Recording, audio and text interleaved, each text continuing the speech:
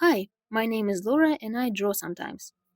Every Halloween I have a peculiar tradition of confronting one of my big or small fears, and this year I have finally decided to overcome my anxiety over recording my own voice.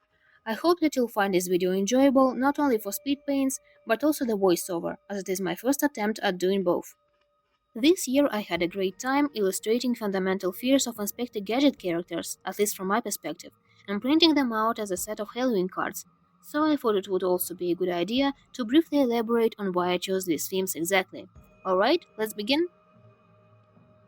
KGR Syndrome, a mental disorder in which a person believes that a close family member has been replaced by an identical imposter.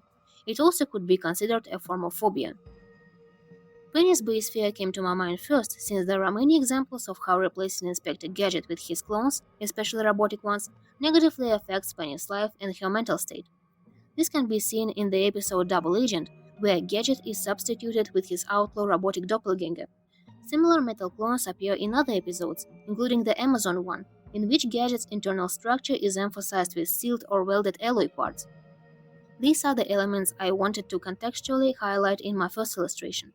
By directly reflecting the fear on Penny's face and adding Gadget himself in the background among his clones, I aim to convey a sense of inescapable insecurity, especially in a case when your parent, presumably providing you with protection, ceases to be a stable point of support over and over again by simply being someone else, which perfectly aligns with the definition of Capgras syndrome. Scopophobia, a fear of being watched and may include specific fears related to surveillance, CCTV. Scopophobia in general is an umbrella term for fears involving being perceived by an audience, but it also includes certain types of paranoia, such as a fear of video surveillance in public places and places of private use. This provided me with a fitting backdrop for depicting Gadget in an eerie bathroom under the gaze of the largest and the most conspicuous monster camera imaginable, as this monster will best emphasize the nature of canonically well-hidden stalking of Dr. Clone. And nothing heightens anxiety quite like a minor mistake from a long-term stalker.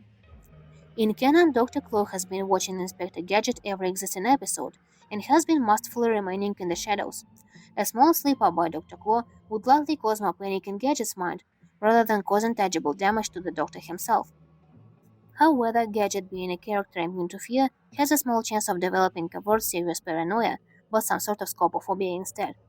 And it seemed to me that there would be no more successful illustration than of Inspector's unwarranted encounter with his fear as an anxiously enhanced mental construct, rather than a direct confrontation with an individual behind the surveillance.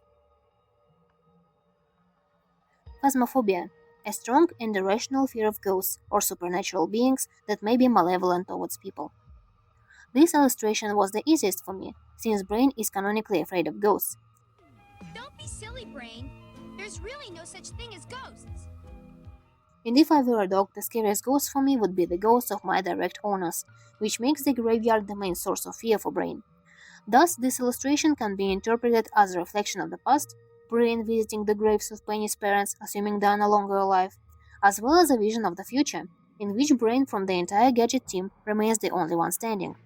To enhance the context, I wanted to depict a wild night forest, an environment that is generally dangerous for pets if they are lost in it, and additionally include a canonical aspect of supernatural lore, according to which only restless souls become ghosts, souls that have lost their path to the afterlife due to an absence of a proper guide, such as a loyal dog.